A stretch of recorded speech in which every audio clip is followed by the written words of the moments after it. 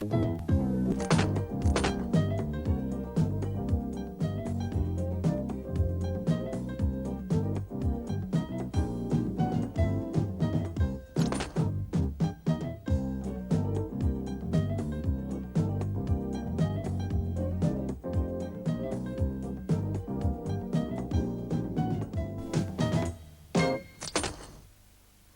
and welcome to Pennywise once again. We have a varied selection of topics for you today, including a fuel-saving cooker and a few snappy transformations in the clothing line. There's also some expert advice on choosing and using washing powders. But first, Muriel is going to show you just what you can do with an electric appliance which has been around for many years, the electric frying pan. Over to you, Muriel. Thank you very much. I wonder how many homes have one of these tucked away at the back of a cupboard. They're a popular wedding present, and yet people never seem to have realised how useful they are. Frying pan is something of a misnomer, as this will cook an awful lot more than bacon and eggs. Modern ones have been given a high dome lid, which virtually turns them into a mini oven, and they've also been treated to a very good non-stick finish. This has been a great improvement. What we have here, in fact, is an electric element bedded into the bottom of the so-called frying pan. On this end is the control, which, of course, is fitted with a thermostat. They cost round about £30, and the cooking time, unless you're using it as an oven, the cooking time is very similar to that of an ordinary electric ring. Now, this little thing does make your multi-cooker very much more versatile. It's a trivet, and you can buy it from your supplier. It sits inside, and just a word of warning here, when you're putting anything like this metal into your multi-cooker, it is a very top quality non-stick finish, but just try to be careful not to scrape it about on the surface. Now you can use this for all sorts of other things. You could cook a casserole in that, but there's rather a lot. You would need 2 or 3 pounds of steak. So for a smaller family, put your casserole meat into an ordinary oven glass or oven-proof casserole and set it on the trivet. In this case, the lid of the casserole was too high, so I've just covered it with foil instead and put that on top. You could put baked potatoes round about it if you want to. There's a little steam vent on the top, and if you want to allow steam out of the cooker, you open the steam vent. It's pretty common sense, and if you want to keep it in, you close it. And in this instance, we would want to keep it in, although this is not, of course, switched on at the moment. We'll just stick this out of the way. Now you may say, that's all very well for a big family, but I don't want to fry bacon and eggs for 6 people or roast 2 chickens on my Sunday joint in that, as of course you could do.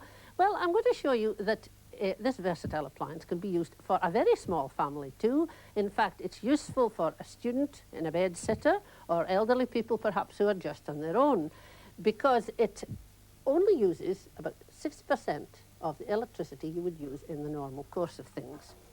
And here we've got a whole meal, in fact, cooking. I've got in this pan some gooseberries stewing. They're ready now.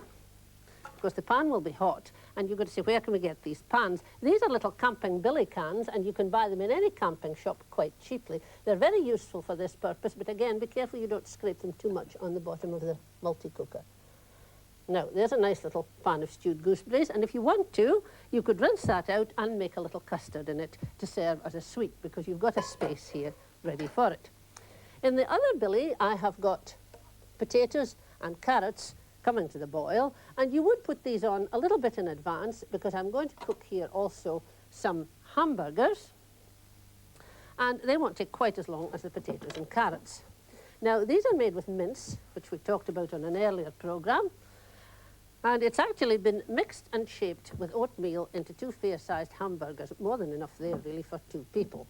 I'm using a wooden spatula again to protect the non-stick surface, and in they go. They would need to be turned after about 7 minutes to cook the second side. Of course, it's non-stick, so you don't need to put any fat or grease or anything like that in. So there we've got the potatoes boiling, the meat cooking, and if you want to have a few more vegetables, why not cook some frozen peas? This is a piece of very well greased kitchen foil. Tip the peas out into it, and then fold it up like a little parcel. Fold up the ends, These mightn't take quite as long, of course, as the hamburgers. I'm just putting them in to show you how this works. That goes in there. And to keep the heat in, I'm going to put the lid of the multi-cooker back on. And halfway through, these would need to be turned and then finished off. And your whole meal is ready together. But remember, the things that need the longest time need to go in first. Time for cooking potatoes, about the same as doing them on the ordinary cooker. Now, to complete my little meal here, I made a little steamed egg custard. Simply by putting water in the multi-cooker and then the dish of custard and allowing it to steam. You could make a Christmas-type pudding or suet pudding in exactly the same way. The multi-cooker will bake, and there is a pineapple upside-down sponge pudding. Also baked on a little trivet with the lid on and the vent closed. You could have used it as a sponge sandwich, but you'll find things don't get terribly brown. They will cook if you can resist always peeping in and letting the heat out. But you can always put some icing on the top. It can be used for baking, but this kind of baking is very much more successful. This is the girdle type of baking, as we say in Scotland. You might call it griddle type, and there are dropped scones. And you remember, again, much cheaper to make these than to buy them. And even that doesn't exhaust the possibilities. It's ideal for heating up morning rolls or pies, or a little savoury if friends come in the evening, again, using the trivet. It'll raise bread dough on the very lowest setting, and you can also use it as a yoghurt maker, much cheaper than buying the ready-made kind. This was natural yoghurt, which I made in one of these little oven glass containers, and I've added fresh raspberries and a spot of sugar to it if you want to, and there's your own yoghurt, much more nourishing and much cheaper than the bought variety. The low setting is also useful for defrosting food, but remember, in each of these cases, you need to use the trivet. And remember, you save something like 60% of the electricity which a cooker oven would use. So if you already possess one of these, it's time it was helping you to save money.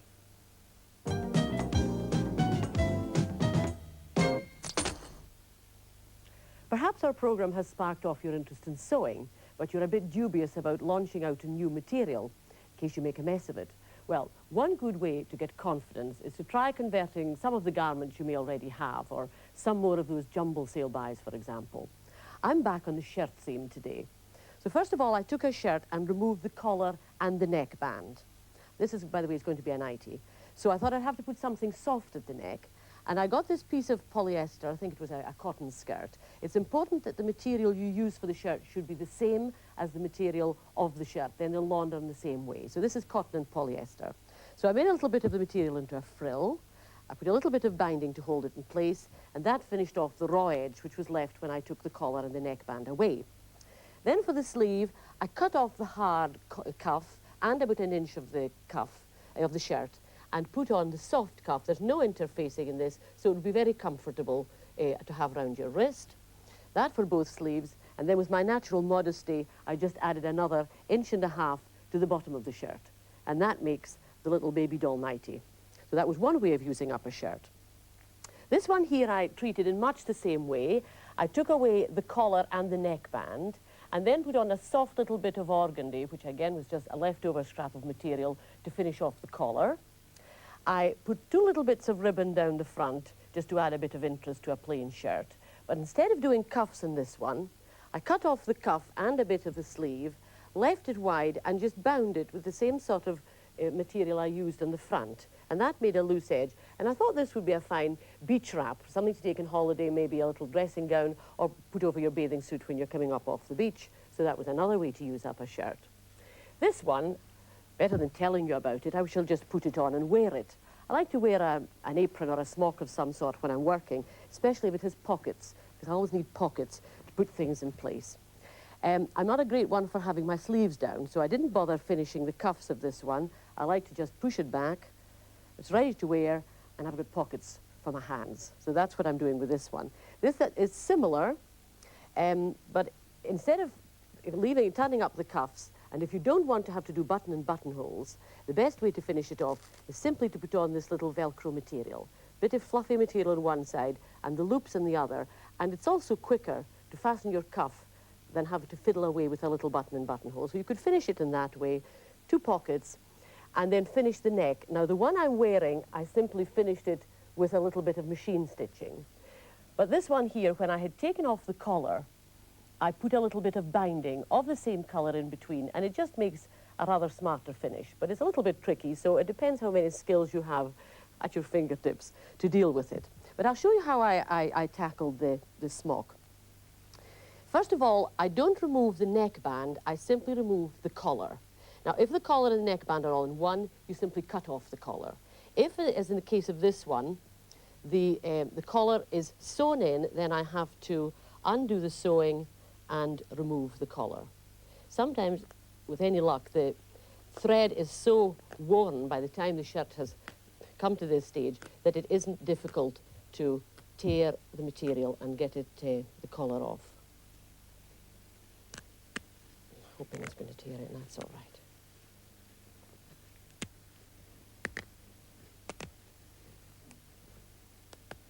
Shirts are washed so often that the threads are really quite worn, and you can get it torn without damaging the neckband itself.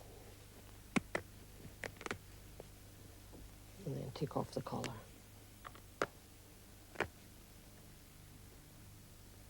That's it. Right, collar, we can get rid of it. So the simple way to finish off the neckband would be just to turn in a little bit on either side. That takes away the slightly worn edge, and pin it and machine it on the edge like that. But if you wanted it to be a little bit smarter, I've made a little bit of material. As you can see by the check, this was also was an old shirt I cut up. It's cut in the cross. That makes it a little more pliable to go around the corners at the front of the shirt. So what you would do is turn in your little edge, put the binding inside, turn in a bit at the back, and then pin it. But don't be put off if you don't want to bother with this. Simply sew the two edges together. There we are. Continue all the way along. At the front, you can take it right down round the corner of the button, and that gives you a neat little edge round the top. Now, the cuff. We want to get rid of the cuffs, and I generally find the cuff and about an inch of the shirt. Lovely feeling, just snipping away like that. And the cuff I have made is very simple. It's a straight bit of material, folded in half and sewn in the edges. No interfacings, nothing at all, just a means of finishing off the edge. And all you do is to put the raw edge inside the little cuff and pin it. I make the cuffs about 9 inches, I find suitable for me. Your sleeve will have more material than that, so simply pleat it in at random. You don't have to be fussy about making sure that all the pleating comes in the right place.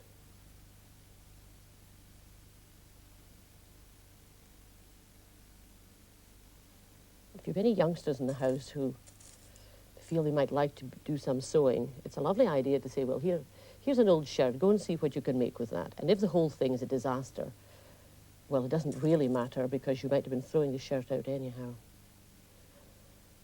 And then put in the bit at the end and see how much material I have. And then everything that's left I'll put into the last pleat. There we are. So that's the cuff. It can be finished or it can be folded back. Then just to complete the shirt, a couple of pockets down at the front, and that was simply a bit of the old shirt material, and I use a bit of brown binding or the bit of the cuff to make a top edge. Put it in place and sew it on, and that's your smock made. So we'll leave that one aside. The other idea I had was to make a little skirt. Now I can show you what's left of the shirt so you can see where I got the material for the skirt. That's what's left of the shirt. So what you do with the old shirt is to cut it from the underarm straight across, discard that or think of something else to do with it, and then make a waistband simply by turning the material to the wrong side, making a casing and putting in a piece of elastic. I took another bit from the back of the shirt at the yoke, turned it round the other way and put the pockets, and then put on fancy buttons just to make it less shirt-like. So what you finish up with is a small skirt, a holiday skirt for a small girl, or a mini skirt for a larger girl, and all these items cost nothing at all.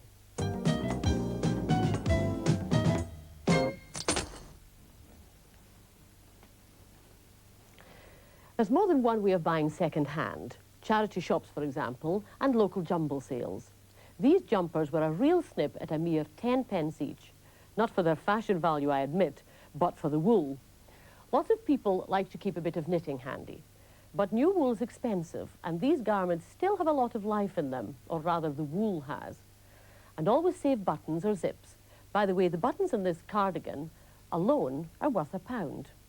So the first thing to do is to wash the garment, this we've done, and then to unpick it. So to unpick it, you've got to find where the threads are for joining. I've started this one. This, by the way, is a hand-knitted cardigan, and only hand-knitted garments are suitable for unripping.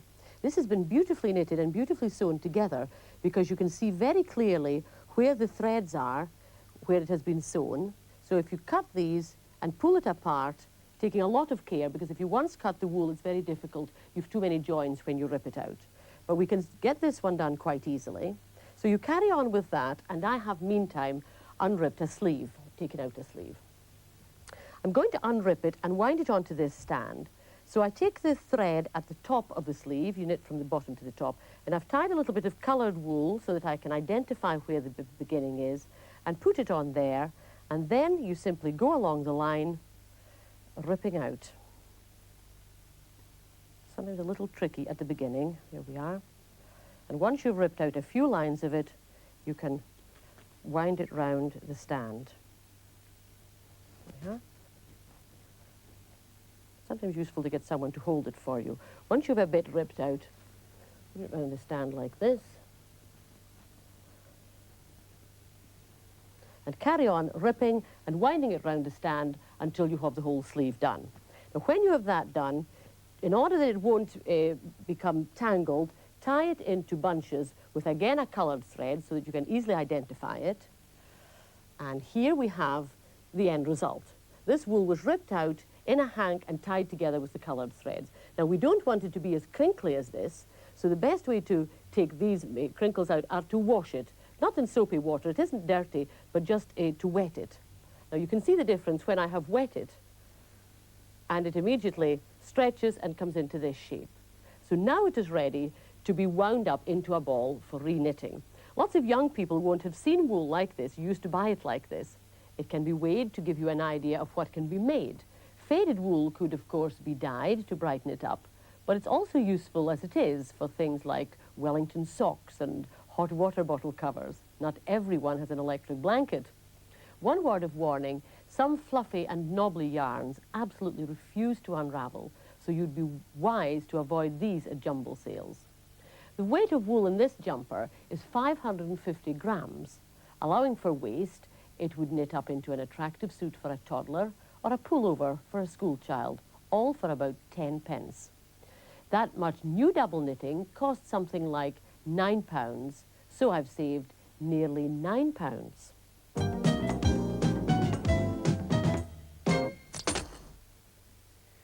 Have you ever looked at the array of washing powders in your local shop and wondered why on earth there are so many? And indeed, if there's anything to choose between them. Is the cheapest one a good buy? And what'll it do to your best blouse or jumper? Most of us are woefully ignorant of what's in a washing powder, and indeed, we're not always aware of just how much it can do. With us today is a lady with all the latest information. Pauline Swain is a home economist with a leading washing product manufacturer, and also a colleague of mine on the Home Laundry Consultative Council, where I represent you, the consumer. Pauline, why are there so many washing products? I think the most important point, Muriel, is that there are a lot of different ways to wash clothes. If you just take an example of some of the washing machines that we use in this country, we have what's known as a top-loading machine, which may have a wringer. We have a twin tub, which people love and hang on to. Then we have the perhaps more sophisticated automatic machine, sometimes known as the porthole. And we have a lot of hand washing done. And for each of these types of machine or bowl, there's a different kind of product. Yes, you can use more products in the first two, That's and with right. a little other one in the automatic, or you get meringue all over everything. Yes. What do these products actually do then? It might be a good idea to look at the ingredients that grandmother used to use. That's a simple way of looking at it. First of all, we have bar soap, which was the ingredient used to get the dirt off the clothes. Then we have washing soda, which was a very good way of softening the water. Then we have a bleach, which was effective at taking out stains like orange juice or black currant juice. And then we had a good old product called Dolly Blue Bag, which was a way of whitening and brightening the clothes. And really, the upmarket version, the more sophisticated version of these ingredients, is now all in the washing powder pack and in the right proportion so that you don't have to mix it yourself. Yes. There are other things in that pack too, though, aren't there? Yes, in some powders you have to read what it says on the pack, but there are enzymes in some washing powders for getting out soils like blood and egg, for example. There are solvents which take out greasy soil, and there are things which will suspend dirt for synthetics like nylon. So yes, there are a lot of You goodies. wouldn't believe it, would you? No. Now, the main manufacturers do all produce a cheaper product. They advertise a cheaper product, and the supermarkets have their own brand products. Are these really good value for money? I think it has to be said that you get what you pay for largely. It's worth noting that if it's a premium product, a high-priced product, then it will have all of the goodies that I've talked about. It will be a very sophisticated blend, and it will be able to deal with all the fabrics that you're likely to wash, however dirty and however stained. It's worth shopping around for washing powders. They're very competitively priced. If you're happy with the one you have, fine, but it's worth having a premium one as well. So that you could give your washing a boost And from a boost time to time. from time to time. I think that's a very good idea. What about using these products then? How can we get the best value for the money we spend? I think the first thing you have to do is read the very good information that there is on the pack. I see you're hot on this packet information. People don't read what's on packs. No, they don't. They read the cornflakes packet. That's right. They don't read washing powder packs because it's boring. But there is a lot of good information on there. But if I can just give you some indication of the sort of information we give. This little bib here, which is looking very sad, has a stain on it, which is actually orange juice. Yes. It simply has been washed at too cool a temperature, and the orange juice is there because the bleach wasn't activated to take it off. This rather nice, once nice silk scarf has a very bad stain on it due to undissolved powder. It's really been washed in the wrong product at the wrong temperature. Yes, you should use a milder product like soap flakes probably. That's right, yes. For that. That's the bleach. That is the effect of bleach, which you don't need for washing silk. No, of course. And what about these little jollies here? This is a fibre called polyester, used a lot in children's garments. One way of economising, people think, is to cut down on the amount of powder I'm sure they we do. recommend. If you do cut down, what simply happens is that the dirt in the rest of the wash load is attracted to the polyester fibre. It happens to like grease anyway. And if you're careless about temperature, overloading the machine, putting too little powder in, the effect is dramatic, as you can see, and no one wants to put their little child in that. No, I'm sure they don't. And I think that's a point a lot of people don't realise, you know, that you must use enough washing powder. And of course, if you sort of chuck everything in together, you tend to get this That will happen. effect. And don't too. forget that a lot of our fabrics are synthetic, and it's much more likely to happen to synthetics than to the natural fibres. Well, that brings us to the vexed question of cold water washing. What advice have you got about that? I think the best advice is that what's happening anyway is that fabrics are much more likely to be synthetic blends like cotton and polyester. We wear an awful lot of synthetics which require cooler temperatures, so temperatures are dropping anyway. Yes. We have efficient energy-saving campaigns in this country. We're encouraged to save electricity on our bills. Look for the powders which are described as all temperature or low temperature. They will give you the best value at a lower temperature, and they will give you a hygienic wash. That's very important. Yes, I think it is, because of course the colder the water, the less the sort of hygiene standards. You can't really get dirt out of clothes in cold water, Muriel. There is no way you can do it. Probably, especially if they're very dirty. Very If you're going to dirty. want to use low temperatures, Like that. yes, wash your things oftener. And then again, is there a saving if you're going to be doing this too? Not significantly, No. no. Well, thanks very much, Pauline. You've given us a lot to think about there, both on the next wash day and on the next shopping day when we're wandering along those supermarket shelves. Thank you. Ah, here's Anne. That was really interesting. I enjoyed that. That's it for today. If you would like our fact sheet covering all the things shown in the series, write to us at Pennywise, Grampian Television, Queen's Cross, Aberdeen, AB9 2XJ. That again is Pennywise, Grampian Television, Queen's Cross, Aberdeen, AB9 2XJ.